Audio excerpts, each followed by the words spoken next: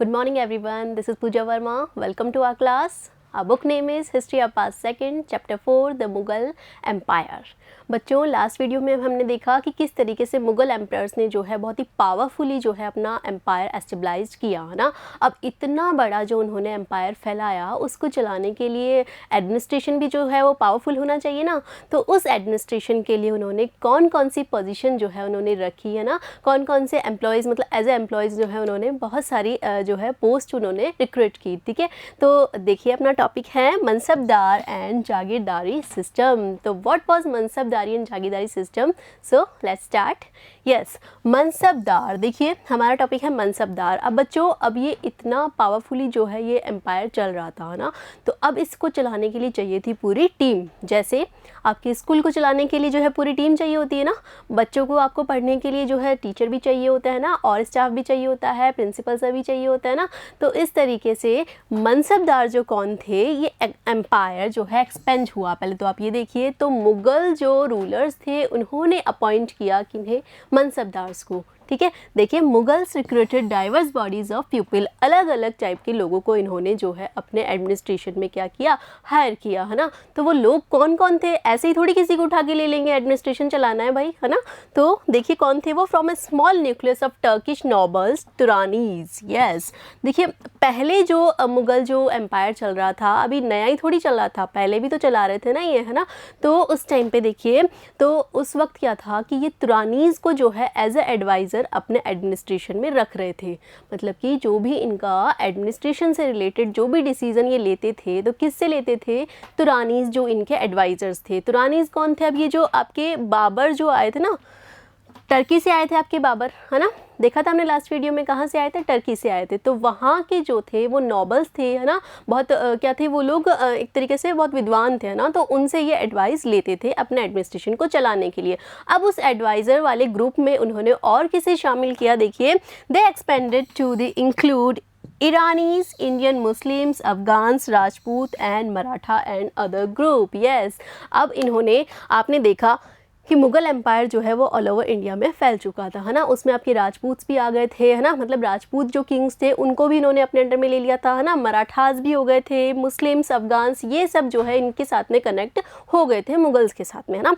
तो इनको भी इन्होंने अपने जो है एडमिनिस्ट्रेशन में शामिल किया, ठीक है, एज अ एडवाइज़र। ठीक है, इन्हीं को क्या बोला गया, स्मॉल न्यूक्लियस। ठीक है, तो इनको इन्होंने अपने एडमिनिस्ट्रेशन में शामिल किया, जिनको मनसबदार बोला गया ना। तो फाइनली हम कह सकते हैं कि those who joined Mughal service were enrolled as mansabdars. Yes बच्चों, तो जिन्होंने मुग़ल सर्विस को ज्वाइन किया एज एम्प्लॉय, तो वो क्या कहलाए, मनसबदार कहलाए। अभी से थोड़ा सा और डिटेल में, थोड़ा सा और इजी करके हम समझते हैं। देखिए, an individual who holds a position और रैंक। मनसबदार क्या है बच्चों, एक इंडिविजुअल क्या है, पोजीशन है, जो कि एक रैंक होल्ड करके रखती है ना। क्या है ये, एक इंडिविजुअल है जो कि एक पोजीशन या रैंक को होल्ड करके रखती है। क्या है, मनसबदार। मतलब अब इसको थोड़ा सा और ये समझिए, जैसे आपके स्कूल में अलग अलग टाइप के टीचर्स होते हैं। अलग अलग टाइप मीन्स आपके प्राइमरी लेवल के टीचर अलग होंगे ना, जो प्ले ग्रुप बच्चों को पढ़ाते हैं ना, वो टीचर्स अलग होंगे। क्या वही सीनियर क्लासेस को पढ़ा लेते हैं क्या, नहीं, ऐसा नहीं है ना, अलग अलग को डिवाइड किया हुआ है। तो प्राइमरी जो टीचर्स होंगे वो अलग होंगे, फिर आपके सेकेंडरी टीचर्स अलग होंगे, है ना, और जो हायर क्लासेज है आपके, उनको पढ़ाने वाले टीचर्स अलग होंगे। लेकिन ऑल ओवर अगर हम देखें तो हम उनको क्या कहेंगे, टीचर्स ही बोलेंगे, है ना। तो वैसे ही मनसबदार जो है वो अलग अलग जो है रैंक वाइज बटे हुए थे, लेकिन उनको ऑल ओवर क्या बोला गया, मनसबदार बोला गया ना। तो इनसे इनकी क्या फिक्स होती थी, it was a grading system. ये एक तरीके का ग्रेडिंग सिस्टम था, जिससे क्या फिक्स होता था, rank, salary and military responsibilities. अब ये मनसबदार अलग अलग टाइप के थे, है ना। तो वो मतलब अब ये उनके क्या फिक्स हो रही है, उससे उनकी रैंक फिक्स हो रही है ना। जो उनका टाइप है, वो टाइप क्या है वो आगे हम देखेंगे। अभी ना आप जितना मैं आपको बता रही हूँ वो समझिए आप, कि उनकी रैंक, उनकी सैलरी और उनकी मिलिट्री रिस्पॉन्सिबिलिटी जो है वो फिक्स की जाती थी। वो किससे फिक्स की जाती थी, determined by a numerical value, जात। यस बच्चों, अब सोच रहे हो ये जात क्या आ गया, मतलब ये भारी भरकम वर्ड्स आ रहे हैं ना। बहुत ईजी है, एकदम लाइट मोड से पढ़िए, है ना। ठीक है, सुनिए आप, डिटरमाइंड बाय न्यूमेरिकल वैल्यू, जात। अब ये जात क्या है, देखिए, जात जो है वो एक तरह की न्यूमेरिकल वैल्यू है। न्यूमेरिकल वैल्यू कैसे है कि जैसे अकबर के टाइम पे हम देखेंगे तो मानसिंह थे, है ना, जो कि उनके कोर्ट में थे, है ना, तो मानसिंह को उन्होंने रखा हुआ था एज अ मनसबदार। तो उसके टाइम पे जैसे हम बोलेंगे कि 5,000 की मनसबदारी जो है मानसिंह को दी हुई थी, या फिर किसी भी मनसबदार को 6,000 की मनसबदारी, 7,000 की मनसबदारी ऐसे दी गई थी। तो ये जो वैल्यू आ रही है ना 5,000, 6,000, 7,000, है ना, तो ये जो है इसी से क्या डिसाइड, इसी को हम बोलेंगे, क्या बोलेंगे, जात बोलेंगे। ठीक है बच्चों, और इसी से क्या डिसाइड होगी, उसकी रैंक डिसाइड होगी, उसकी सैलरी डिसाइड होगी, उसकी मिलिट्री रिस्पॉन्सिबिलिटी डिसाइड होगी। समझ रहे हो क्या आप? अब देखो कोई भी मनसबदार होगा, उस छोटा मनसबदार, बड़ा मनसबदार, कैसे पता चलेगा, उसकी जात कितनी है उससे पता चलेगा। और जात क्या है, एक तरह की न्यूमेरिकल वैल्यू है। ठीक है बच्चों, तो अब उससे क्या डिसाइड हो रही है, उसकी रैंक, सैलरी और मिलिट्री रिस्पॉन्सिबिलिटी। ठीक है, अब थोड़ा सा इसको और देखिए जात को, और क्या है जात। See, concept of Jat. The higher the Jat, the more prestigious was the noble's position in court and the larger his salary. Yes, जैसे मैंने आपको बताया, कोई भी एम्परर है ना, तो उसके कोर्ट में जात जो है किसी भी मनसबदार की जितनी ज़्यादा होगी, है ना, उसकी पोजीशन भी उतनी ज़्यादा होगी, उसकी सैलरी भी उतनी ज़्यादा होगी। ठीक है, तो इसको देखिए इस तरीके से, आप एक एग्जांपल से देखिए कि अकबर जो था आपके, है ना, अकबर जो थे उनके टाइम पे उनके कोर्ट में कितने मनसबदार थे, अकबर्स रेन 29 मनसबदार। अकबर के एम्पायर में 29 मनसबदार ऐसे थे जिनकी जात कितनी थी, 5,000। कितनी थी बच्चों, 5,000 जात थी। ठीक है, 29 मनसबदार ऐसे थे जिनकी जात कितनी थी, 5,000। या आप कह सकते हो कि 5,000 की जात वाले मनसबदार कितने थे, 29। ठीक है, आगे देखो फिर औरंगजेब आए। औरंगजेब के शासनकाल में कितनी हो गई बेटा, 79 हो गई। मतलब कि 79 मनसबदार ऐसे हो गए जिनकी जात कितनी है, 5,000। यस बच्चों, कितनी हो गई, 5,000। अब देखो कितना बड़ा इंक्रीमेंट इसमें हुआ है ना। अब इस इंक्रीमेंट के आगे आपको लॉस भी दिखेंगे, लॉस होगा, प्रॉफिट होगा, वो अब आगे देखेंगे ना। अब इसको ध्यान रखना है आपको कि अकबर के टाइम पे कितने मनसबदार है, 29 मनसबदार है 5,000 की जात वाले, है ना, जो कि औरंगजेब के टाइम पे कितने हो गए हैं, 79 हो गए, है ना। तो ये इतना इंक्रीमेंट इसमें हुआ है। ठीक है, तो ये जात समझ में आया आपको। जात क्या है, जात एक तरीके की क्या है, वैल्यू है, न्यूमेरिकल वैल्यू है ना, जिससे कि मनसबदार का पता चलता है कि वो बड़ा मनसबदार है या छोटा मनसबदार है। ठीक है, आगे अब देखते हैं कि इस तरीके से ये मनसबदार थे, है ना। अब ये मनसबदार रखे हुए थे तो इनकी सैलरी जो है जात के अकॉर्डिंग फिक्स थी। जितनी ज़्यादा जात वाला होगा उसकी सैलरी उतनी ज़्यादा होगी, है ना। इनकी रैंक भी उस अकॉर्डिंग डिसाइड थी। अब मैंने बताया था आपको कि इनकी कुछ मिलिट्री रिस्पॉन्सिबिलिटीज़ भी थी। भाई अब आप एम्पायर चला रहे हो, आपने मनसबदार को रखा हुआ है तो उसकी कुछ रिस्पॉन्सिबिलिटीज़ होगी ना। तो मिलिट्री रिस्पॉन्सिबिलिटीज़ कौन सी थी, देखिए, mansabdars military responsibilities required him to mention a specified number of sawar और कैवलरी मैन। यस बच्चों, अब ये मनसबदार क्या करते थे, ये जो आपके जैसे कि कोई भी बैटल होने वाला है ना, कोई भी युद्ध होने वाला है, तो उसको जो एम्परर है उसको पूरी टीम चाहिए, उसकी आर्मी चाहिए, रेडी चाहिए। तो ऐसा तो नहीं होगा ना कि कल युद्ध होने वाला है और आज जो है उनके जो भी हॉर्सेज है, सेना है, वो सब डैमेज है एकदम, मतलब ऐसे इंजर्ड पड़ी है, ऐसा नहीं होगा ना। वो बिल्कुल वेल मेंटेन चाहिए ना। तो उनको वेल मेंटेन रखने का काम कौन करते थे, ये मनसबदार उनको वेल मेंटेन रखने का काम करते थे, है ना। ठीक है, यहाँ पर आ रहा है mention a specified number of सवार एंड कैवलरी मैन। अब ये सवार और कैवलरी मैन क्या है, आप देख रहे हो पिक्चर, इसमें ये हॉर्स के ऊपर एक व्यक्ति है ना, तो ये जो कहलाता था, जो एक तरीके से घुड़सवार जो होते थे ना, वही क्या कहलाते थे, कैवलरी मैन होते थे, है ना। तो इनको ये क्या करते थे, मेंटेन रखते थे, मतलब कि इनका खाना पीना और जो है मतलब बीमार तो नहीं है, इस तरह की चीज़ें जो है ये मनसबदार देखते थे। इसके अलावा ये क्या करते थे बच्चों, ये जो हॉर्सेस इनके होते थे, अब जैसे कोई लड़ाई होने वाली है ना, कि सारी जो है सामने वाली जो टीम है या फिर सामने जो अपोजिट जो भी रूलर है, राजा है ना, उसकी पूरी आर्मी है और इनकी खुद की आर्मी है, तो उनके हॉर्सेस जो है वो पहचानेंगे कैसे। तो उसके लिए क्या करते थे, इन हॉर्सेस की ये ब्रांडिंग करते थे, है ना। ब्रांडिंग का मतलब क्या है कि एक तरीके से ठप्पा लगाते थे, जैसे सील वगैरह लगाते हैं, तो ये अपने हॉर्सेस के ऊपर एक तरीके से सील वगैरह ये लगाते थे, स्टैंप लगाते थे, है ना। तो उससे ये पहचान जाते थे अपने हॉर्सेस को, है ना। तो एक तो ब्रांडिंग कर रहे हैं उनकी और साथ में उनको मेंटेन रखने का काम उनका कर रहे हैं ना। तो ये किसकी रिस्पॉन्सिबिलिटी होती थी, मनसबदार की। सो अब देखेंगे कि अब ये जो इनकी रिस्पॉन्सिबिलिटी हो गई है ना, अब इनको जो सैलरी मिल रही है वो किस अकॉर्डिंग मिल रही है ना, मतलब कि जो भी इनको सैलरी दी जाएगी, क्या वो मतलब किसी पर्टिकुलर ऐसे फिक्स किया हुआ था सैलरी, या फिर कोई और दूसरा सिस्टम था उसके लिए। कौन सा सिस्टम था, देखिए, जागीरदारी सिस्टम। अब ये जागीरदारी सिस्टम क्या है, अभी तो मनसबदारी गया था, अब जागीरदारी आ गया। अभी मिक्स नहीं करना है दोनों को, बिल्कुल इजी वे में, लाइट वे में सुनते जाना है बस। मनसबदार्स रिसीव्ड देयर सैलरीज और revenue assignments called jagirs. Yes, जो मनसबदार्स जो थे बेटा वो क्या करते थे, अपनी सैलरी कैसे रिसीव करते थे, एज अ रेवेन्यू। रेवेन्यू क्या होता है बच्चों, अब सोचो कि ये क्या आ गया ना, रेवेन्यू होता है जैसे आप, हम देखते हैं कि हम गवर्नमेंट को क्या पे करते हैं, टैक्स पे करते हैं ना, डायरेक्टली इनडायरेक्टली सब टैक्स देते हैं ना, जिससे गवर्नमेंट हमें क्या प्रोवाइड करती है, कोई भी फैसिलिटी हमें देती है गवर्नमेंट, ठीक है। तो जो मनसबदार जो थे वो क्या करते थे कि ये जो टैक्स होता है ना, इसी को रेवेन्यू सिस्टम बोला गया ना, तो वो टैक्स जो है एज अ रेवेन्यू सिस्टम वो जनता से कलेक्ट करते थे, है ना, तो उसी को क्या बोला गया, जागीर्स। जैसे कि ये एम्पायर है, मुगल एम्पायर है ना, तो इस तरह के बहुत सारे एरियाज में ये बटा हुआ था, है ना, तो इनको क्या बोला गया, जागीर बोला गया। क्या बोला गया बच्चों, जागीर, है ना। तो ये जो जागीर थे वहाँ पे मनसबदार, मतलब जो भी मनसबदार थे उनको ये दी गई, है ना। अलग अलग मनसबदार को आपने देखा कि अकबर के टाइम पे 29 थे 5000 की जात वाले, और जो कि 79 हो गए औरंगजेब के टाइम पे। तो इस तरीके से इन मनसबदार को ये जागीर दी गई। अब वो वहाँ जाके करते थे या किसी को भेजते थे ना, ये रेवेन्यू कलेक्ट वो करते थे।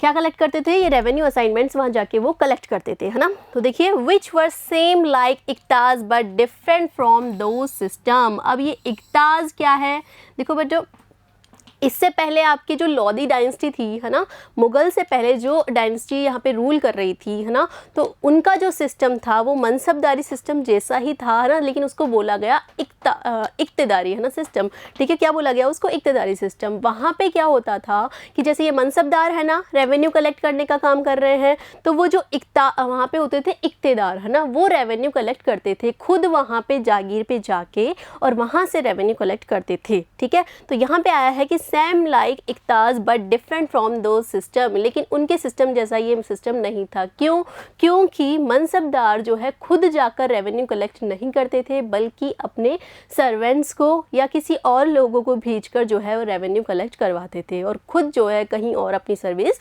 दे रहे होते थे। इसलिए जबकि इसमें क्या हो रहा है, इक्तदारी सिस्टम में यहाँ पे जो बंदा मतलब रेवेन्यू कलेक्ट करने का काम करता है उसे यहाँ बोला जाता था मुक्ति, है ना, मुक्ति बोला जाता था। तो वो खुद जाके रेवेन्यू कलेक्ट कर रहा है, जबकि मनसबदार क्या कर रहा है, खुद नहीं जा रहा है, अपने किसी सर्वेंट को भेज रहा है, ठीक है। तो ये एक डिफरेंस इसमें हो गया कि ये कुछ इक्तेदारी सिस्टम जैसा है, लेकिन पूरा वैसा नहीं है, क्योंकि इक्तेदारी सिस्टम में जो मुक्ति है वो खुद जाके रेवेन्यू कलेक्ट कर रहा है, जबकि मनसबदारी सिस्टम में क्या हो रहा है कि खुद न जा करके अपने सर्वेंट को वो भेज रहा है रेवेन्यू कलेक्ट करने के लिए, ठीक है बच्चों। आगे देखिए, most mansabdars did not actually reside in or administrate their jagirs. Yes, जैसा कि मैंने आपको बताया कि वो खुद वहाँ नहीं रहते थे। Then they only had rights to the revenue of the assignments which was collected for them by their servants. वो खुद तो अपनी सर्विस कहीं और दे रहे होते थे, और जो उनके सर्वेंट्स होते थे वो उस रेवेन्यू को कलेक्ट करने का काम करते थे। देन जागीरदारी सिस्टम्स प्रॉफिट और लॉस। अब ये जो जागीरदारी सिस्टम था, रेवेन्यू कलेक्ट हो रहा है ना, मनसबदार खुद नहीं जा रहा है, लेकिन अपने सर्वेंट्स को उसने हायर किया हुआ है कलेक्ट करने के लिए। तो ये क्या प्रॉफिटेबल था या फिर इसके कुछ लॉस थे। देखिए, अकबर रेन, औरंगजेब रेन, अभी हम कंपैरिजन करते हुए देखेंगे हम कि अकबर के टाइम पे जो है ये किस तरीके से इसने काम किया जागीरदारी सिस्टम ने, लेकिन फिर औरंगजेब के टाइम पे किस तरीके से चेंज हुआ। मैंने आपको थोड़ी देर पहले बोला था, आप ध्यान रखना कि जो अकबर के टाइम पे 29 मनसबदार ऐसे हैं जो कि 5000 की जात वाले हैं, फिर औरंगजेब के टाइम पे उनका इंक्रीमेंट हुआ है ना, तो वो आपको याद है ना, अभी आएगा उसी से रिलेटेड। देखिए, these jagirs were carefully assess that their revenues were रफली equal to the salary of the mansabdar. अब अकबर के टाइम पे क्या चीज़ थी कि ये चीज़ बहुत इजीली चल रही थी, मतलब मनसबदार जो थे वो इजीली काम कर रहे थे। जैसे कि आपके ये लैंड है, मान लीजिए कि ये एम्पायर है, मुगल एम्पायर है ना, यहाँ पे कुछ जागीर्स हैं जो मतलब लैंड को बांटा हुआ है अलग अलग जागीर्स में। अब यहाँ पे मनसबदार जो है वो वर्क कर रहे हैं ना, मनसबदार को दी हुई है ये जागीर्स, अब वो वहाँ पे खुद न जा करके रेवेन्यू कलेक्ट करवा रहे हैं, काम चल रहा है, ठीक है। लेकिन आपने देखा था कि औरंगजेब के टाइम पे क्या हुआ कि मनसबदार की जो है वो संख्या बहुत ज़्यादा बढ़ गई, है ना।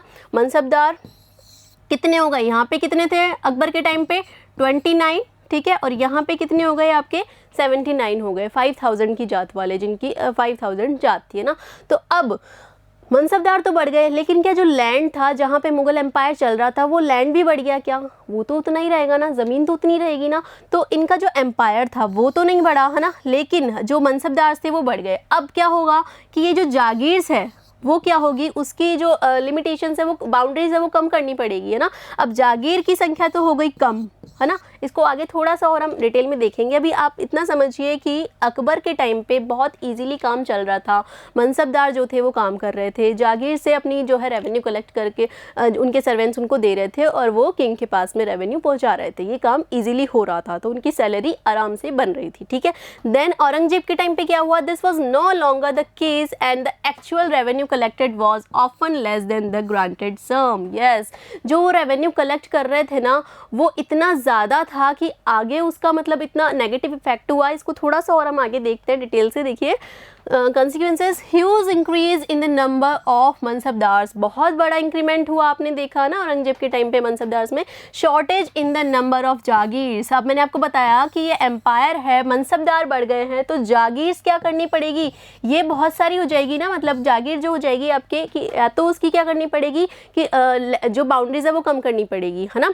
या फिर क्या होगा कि मनसबदार बहुत सारे हैं, है ना, तो उनके पास में जागीर कम कम आएगी। पहले मान लो कि दो तीन गांवों की जागीर मिली हुई है, 2-3 जगहों की जागीर एक मनसबदार को मिली हुई है, लेकिन जब मनसबदार ज़्यादा हो गए तो उसको एक ही जागीर मिलेगी, यही होगा ना ऐसा। तो क्या हो गया, जागीर की शॉर्टेज हो गई, है ना। Then jagirdar try to extract as much revenue as possible, तो जो शॉर्टेज हुई है ना, अभी जैसे कि मैं आपको बोलूँ कि आपके घर में कोई पार्टी होती है, जैसे मान लीजिए, है ना, तो अचानक से क्या है, बहुत सारे गेस्ट आ गए, मतलब आपने जितना सोचा उससे ज़्यादा गेस्ट आ गए, है ना। तो और आपके पास में कोई सोर्स नहीं है कि खाना मंगवा लो या किस तरीके की कोई मतलब कि आपके पास में नहीं है सोर्स, है ना, बनाने का या कुछ भी। तो जो भी है फ्रेंड्स लोग ये तो आप क्या करेंगे, शेयर करेंगे उस चीज़ को, है ना, थोड़ा कम कम लेंगे। तो वैसे ही क्या हुआ कि मनसबदार ज़्यादा हो गए, है ना, और जागीर्स क्या हो गई, फिर कम करनी पड़ गई उनको। तो फिर जितनी उनके पास थी तो वो सोचने लगे कि जो जागीर हमारे पास है उसी से हम जितने टाइम हम मनसबदार है उतने टाइम में ज़्यादा से ज़्यादा रेवेन्यू हम कलेक्ट कर लें,